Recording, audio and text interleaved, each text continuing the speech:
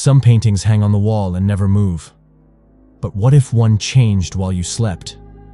What if it watched you, followed you, controlled you?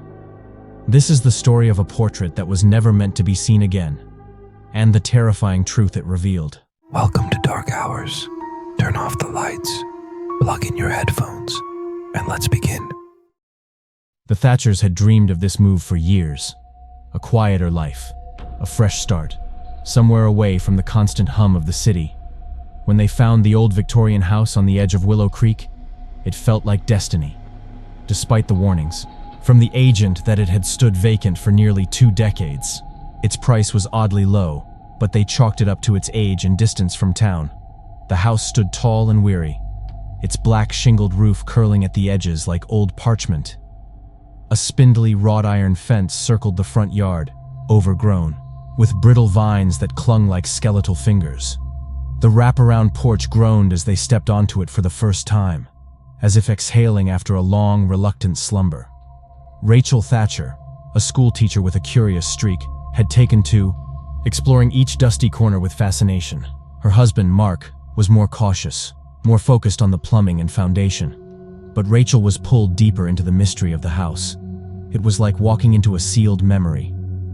3 days after moving in, Rachel made her way into the attic, an unfinished space filled with old crates, furniture covered in sheets, and the thick smell of time. As sunlight pushed through the dirty circular window, something caught her eye. Behind a sheet, propped against the wall, was a large rectangular object. She pulled back the cloth. It was a portrait. A woman stared back at her, a painting, yet impossibly lifelike, pale-skinned, dressed in mourning black with a high lace collar and dark gloves. Her face was unreadable, but the eyes burned with something that didn't belong in oil or canvas. Rachel could feel them meet her gaze, cold and persistent. The label at the bottom was faded, but she could make out the name: Margaret Bellamy. Rachel turned to call Mark, but stopped herself. She wasn't sure why. Something about the woman in the painting felt private, as though she was interrupting. She set it aside to show him later. But that night, as Rachel tried to sleep, she couldn't get those eyes out of her head. They weren't just painted. They watched. By morning, she had placed the portrait in the hallway just outside their bedroom.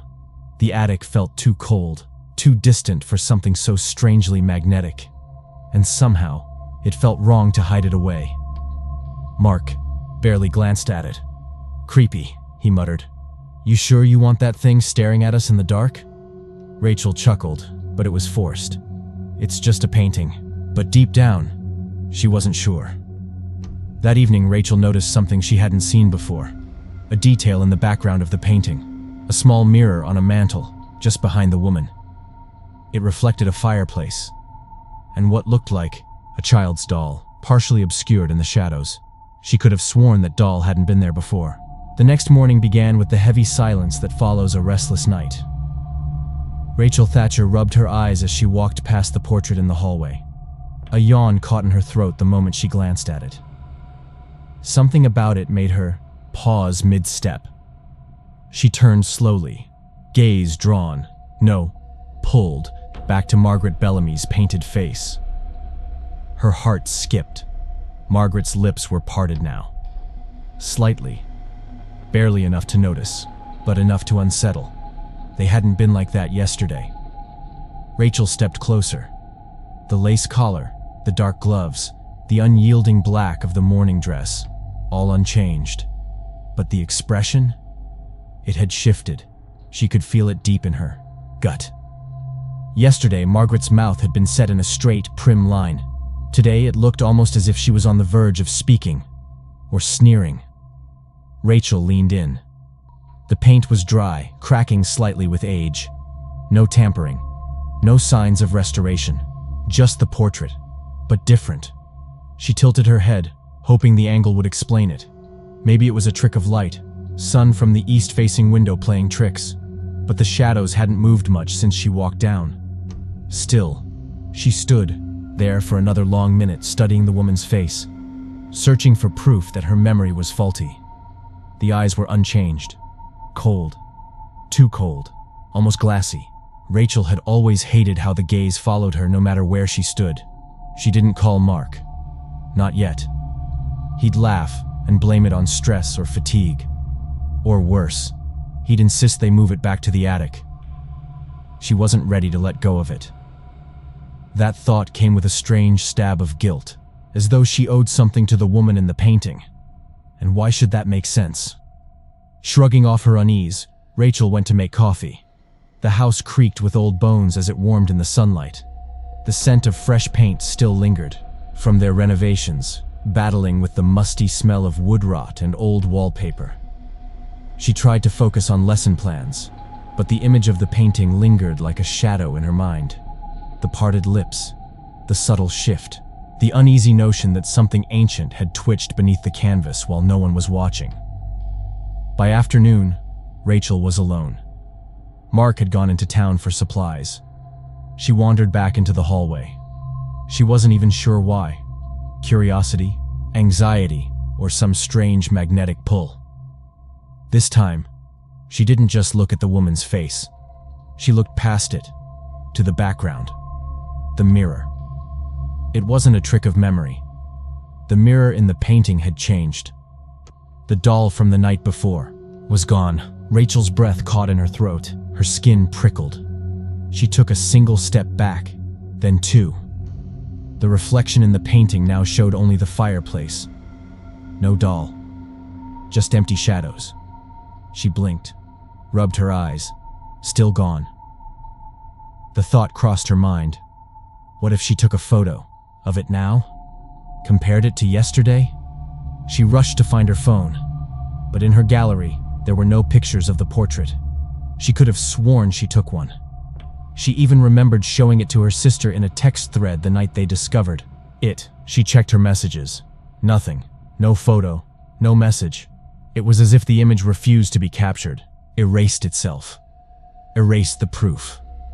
Rachel stood frozen in the hallway, fingers tightening around the phone. The house groaned behind her. A long, low moan from the floorboards above. She looked up instinctively. The attic. She didn't want to go back. Up there. Not alone. Not yet. Instead, she turned her gaze to Margaret once more. The painted eyes met hers, and this time, she knew. The painting was changing. Not all at once, not obviously, but subtly, like time-lapse decay. A slow, inevitable transformation, and Margaret Bellamy was waking up. The wind picked up that night, whispering through cracks in the old walls of the house like a voice searching for ears. Rachel didn't sleep. She lay still, eyes wide open in the dark, listening. Mark slept beside her, unaware. His slow, rhythmic breathing was the only sound until the floor creaked out in the hallway. Once, then again. Rachel held her breath. Another soft creak. Closer. She turned to Mark and whispered, "Did you hear that?" He stirred but didn't wake. Rachel sat up, gently pulling the blanket off. Her feet touched the cold wooden floor as she stood. She tiptoed to the door, opened it an inch, and peered into the hall. Nothing. But she could feel something. That presence. Again. Watching. Breathing. And the portrait. She knew it would be waiting. She flicked on the hall light. Margaret's face stared back at her from across the hallway. Same cold eyes. Same dress. But the mouth. Wider. Now. Definite. The lips were open enough to reveal teeth. Old, yellowed teeth. The corners curled slightly upward. Rachel backed away slowly. She grabbed a throw blanket from the hallway bench and tossed it over the painting without looking directly at it again. It landed unevenly, the fabric folding awkwardly over the frame like a rushed burial. She returned to bed and forced herself to sleep, counting heartbeats. The next morning, Mark noticed the covered painting. "You're really letting it get to you, huh?" he asked over coffee, eyebrows raised. "It's just old art, Rach. Maybe it's warped from moisture or something." Rachel stirred her mug in silence. He offered a half smile and added, "We can put it back in the attic if it's freaking you out." "No," she replied quickly, surprising herself. I just needed a break from looking at it. Mark shrugged. Okay, your call. They spent the day outside, yard work, paint touch-ups, and avoiding the house. Rachel needed air. Every time she stepped indoors, she felt something was wrong. As though the house exhaled when they walked out and held its breath when they returned. That evening, Mark grilled on the back deck while Rachel sat near the edge of the property, looking back at the house. Its windows stared like unblinking eyes. The light from the hallway window where the painting hung flickered, though no one was inside. She squinted. The blanket was gone. Panic shot through her. She rushed in. There, bare and bold, the portrait had re-emerged. No one had moved it. She called, "Mark, did you—" He stepped in behind her. "What?" "The blanket. Did you take it off?" Mark frowned. "No, I haven't been inside." They stared at the painting together. Margaret's mouth now hung open slightly more, too much to explain away. The change was obvious, uncanny, wrong. "What the hell?" Mark muttered. Rachel whispered, "You see it too?" Mark didn't answer. They didn't cover it again. Instead, they left the hallway light on all night like a ward against the dark. But it didn't help. Around 2 a.m., Rachel woke to a sound that made her stomach knot. Laughter, faint, guttural, wet. It was coming from the hallway. She sat up, cold sweat clinging to her skin. The door creaked. Light spilled into the bedroom as the hallway bulb flickered, dimmed, and came back bright. Rachel stood slowly, heart thudding. She approached the door and opened it fully. The hallway was empty, but the painting had changed again. Now, Margaret's mouth was wide, her teeth bared. Her eyes were not just looking at Rachel, they were gleaming. There was a wetness to them now, a shine that didn't belong on canvas. Rachel gasped and staggered back. Footsteps sounded above her. The attic. Again. Only now, they were accompanied by dragging sounds. A heavy shuffle across floorboards that hadn't been touched in years. She called out to Mark in a hoarse whisper. But as she turned back toward the bedroom, the hallway had stretched. Longer. Much longer. Impossibly so. The shadows lengthened, swallowing the walls. The door to their bedroom receded into darkness as though being pulled away. Rachel blinked, and the hallway returned to normal.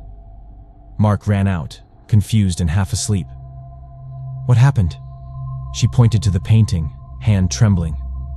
"I think she's moving." Mark followed her gaze and flinched because Margaret Bellamy's hand, once resting primly in her lap, was now raised, pointing straight at Rachel. Rachel couldn't breathe. That finger, bony and pale in the portrait, was unmistakably raised, not posed, not painted that way. It had moved, and it was pointing, not just out into the hallway, but directly at her. Mark stood beside her in stunned silence, the air between them heavy with disbelief or terror. They didn't speak for a long moment. Then Rachel said, "We need to know who she was." "Margaret Bellamy. There's something wrong with that painting. Something evil." Mark nodded, eyes still fixed on the canvas. "We should check the attic again. There's got to be something up there. Old records, journals, anything." The attic. Of course, where it had started. They ascended the creaking stairs slowly, flashlight in hand. The dusty scent of age greeted them at the top. A single pull-string bulb cast a faint orange glow, barely touching the corners of the attic where shadows huddled. The first few boxes were filled with the usual. Yellowed linens, brittle books, rusted tools. Then Mark opened a box marked Bellamy Estate. Inside were brittle newspaper clippings, leather-bound journals, and a single black and white photograph of Margaret. Rachel shivered. That's her. In the photo, Margaret stood in front of what looked like the very same house, hands clasped, her face as emotionless as ever, but her eyes, cold, calculated, the kind of eyes that didn't just observe, but judged. Mark pulled out a newspaper article, its headline half faded. "Local widow declared insane after children go missing." The date read 1923. Rachel read aloud. Margaret Bellamy, the widow of prominent businessman Charles Bellamy, has been committed to Welling Asylum following the disappearance of 3 children who had been under her care. Neighbors allege Margaret had grown increasingly erratic after her husband's death, often heard speaking to herself and claiming the children had not obeyed the house. Mark turned the page. Says here she refused to say what happened to the children, just kept repeating, "The house keeps what it's owed." Rachel looked around the attic, heart pounding. Another clipping was from a few years later. Margaret Bellamy dies in asylum. Last words unintelligible. Rachel held up the article. Mark, she died less than a year later. No visitors, no burial. They just cremated her and forgot. Mark's flashlight flicked suddenly, once, twice, then cut out. Darkness fell, like a curtain. Rachel gasped. Then, from the far side of the attic, they heard it, dragging, that same wet shuffle from the night before. Rachel clutched Mark's arm.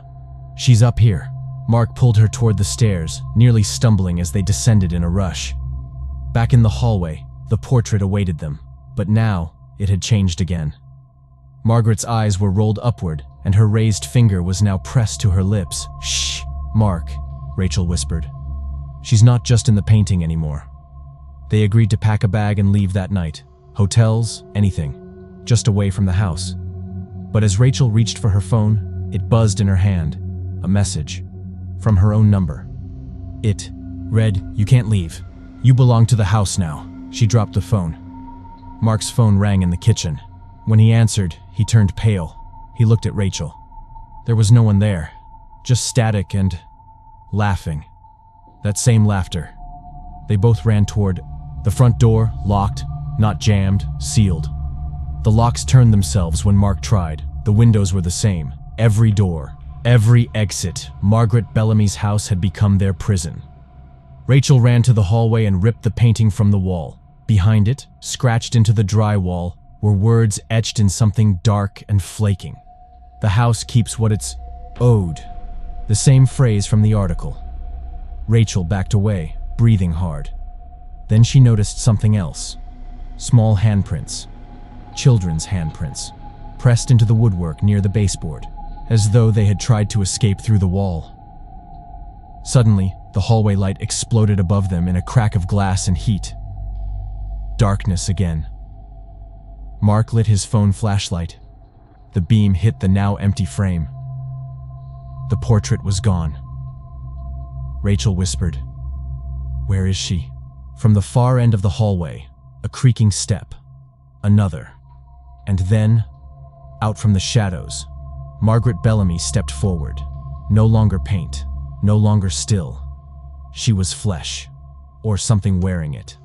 Eyes black pits, mouth wide in a soundless scream. Her nightgown was yellowed, soaked at the hem. Her hands outstretched. Mark screamed. Rachel grabbed his hand, pulling him back toward the attic stairs. The only place left. They slammed the attic door behind them and locked it with an old metal hook, then silence. Below them, footsteps, dragging.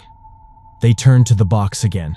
Inside the journal, Margaret's journal, they found the final entry, scrawled in shaking ink. The house was always hungry. It wanted them. It took them. It takes anyone who sees me. It needs to be fed.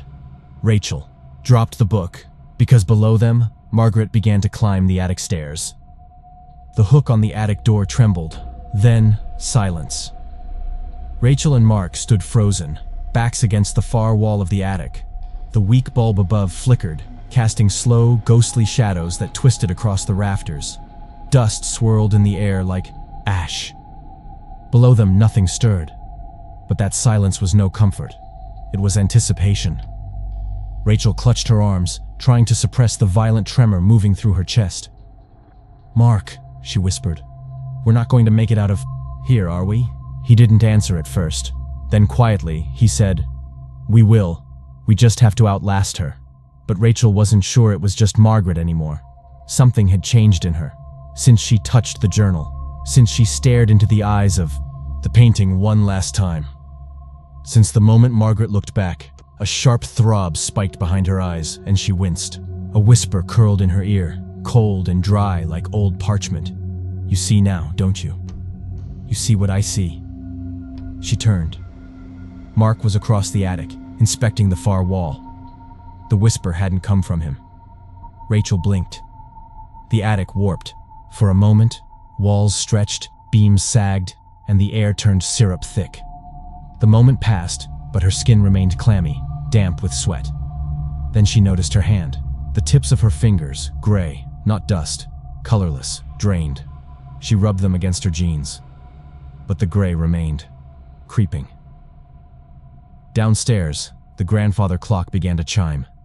Midnight. 12 heavy tolls echoed up the stairwell, each louder than the last. By the 9th chime, Rachel's ears were ringing. By the 12th, she was on her knees, clutching her head, the sound drilling into her skull. Mark ran to her side.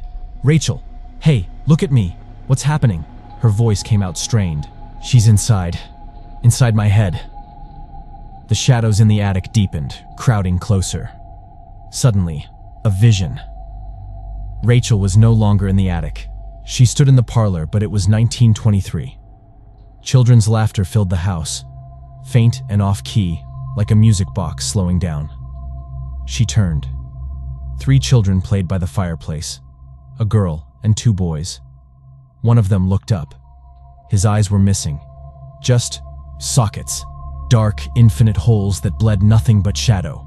And in the corner stood Margaret Bellamy, watching, her hand resting gently on the portrait frame. The same portrait, but the face in it was Rachel's. Rachel screamed and the attic came, crashing back into view. She jolted upright, gasping. Mark held her tightly. You weren't breathing. I thought you'd stopped." "Rachel, what's happening?" Her voice shook. "She's trying to replace me. She wants me out." Mark's eyes widened. "Possession?" Rachel nodded slowly. "Or something. Oh, worse." She backed away from him. "If I lose control, if I stop fighting, don't trust anything I say." From behind the boxes, a slow whisper slithered into the room. "Let me finish what you started." Rachel's head snapped toward the sound. Her eyes shimmered for a moment, not brown, but inky black. Then they returned. She gasped, horrified. "Did you see that?" Mark stared, terrified. "Your eyes. They weren't yours." Rachel buried her face in her hands. "I don't know how much longer I can fight her."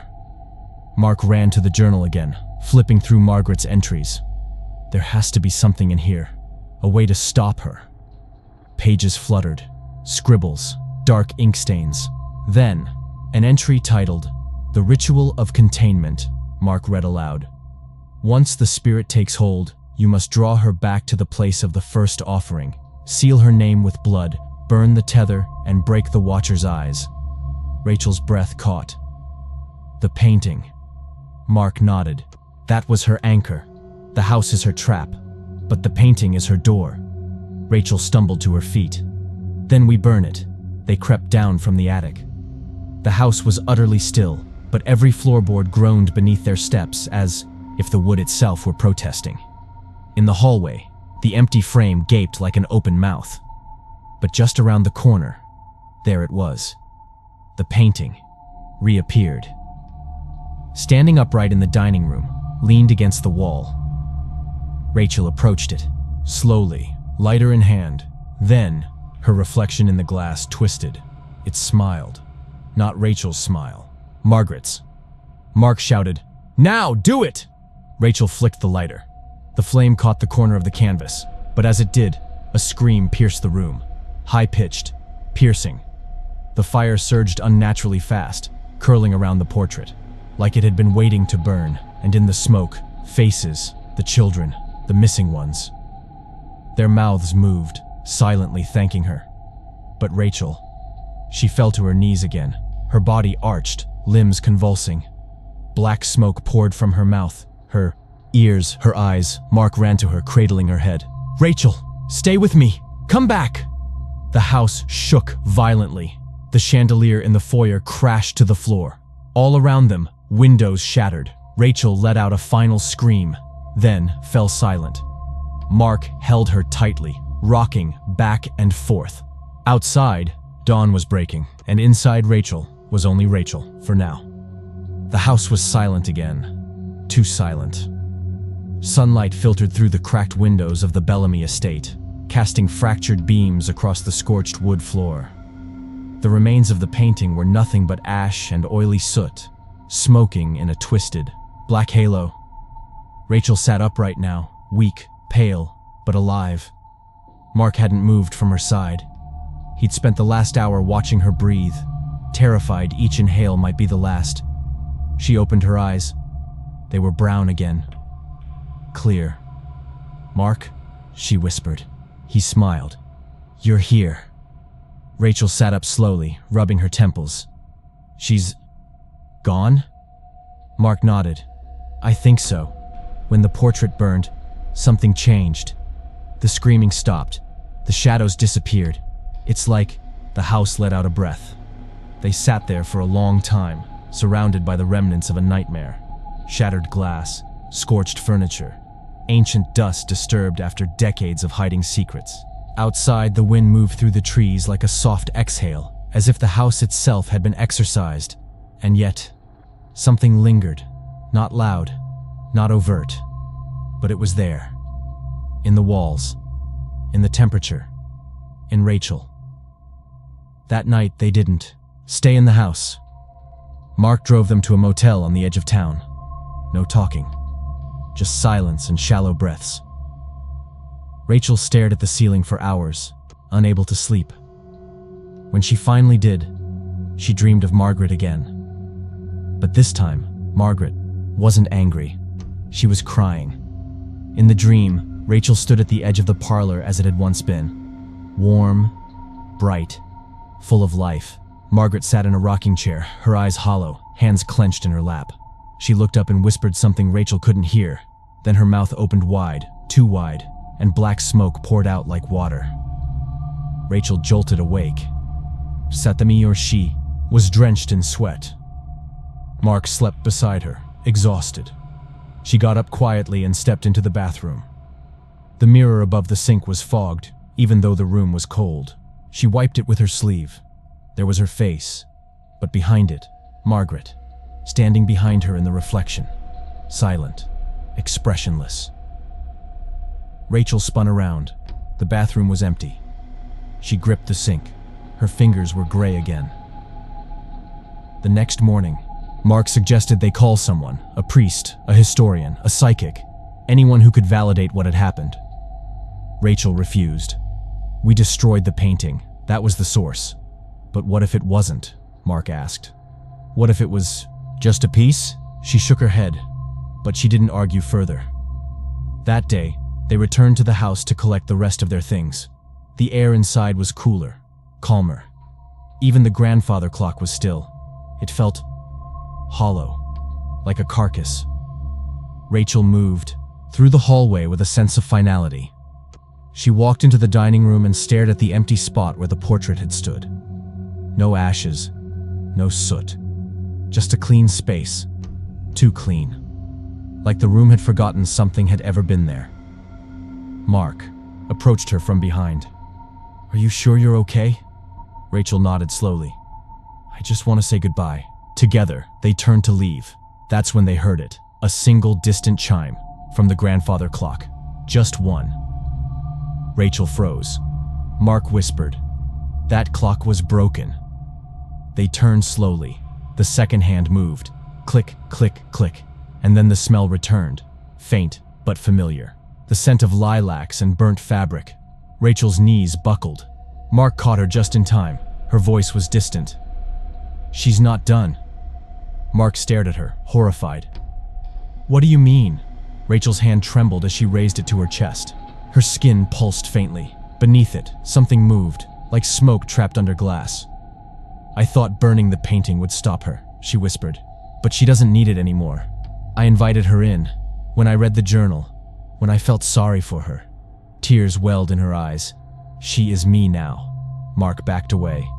No, Rachel. We beat her. You're stronger." Rachel smiled, sadly. "I'm not sure I want to fight her anymore."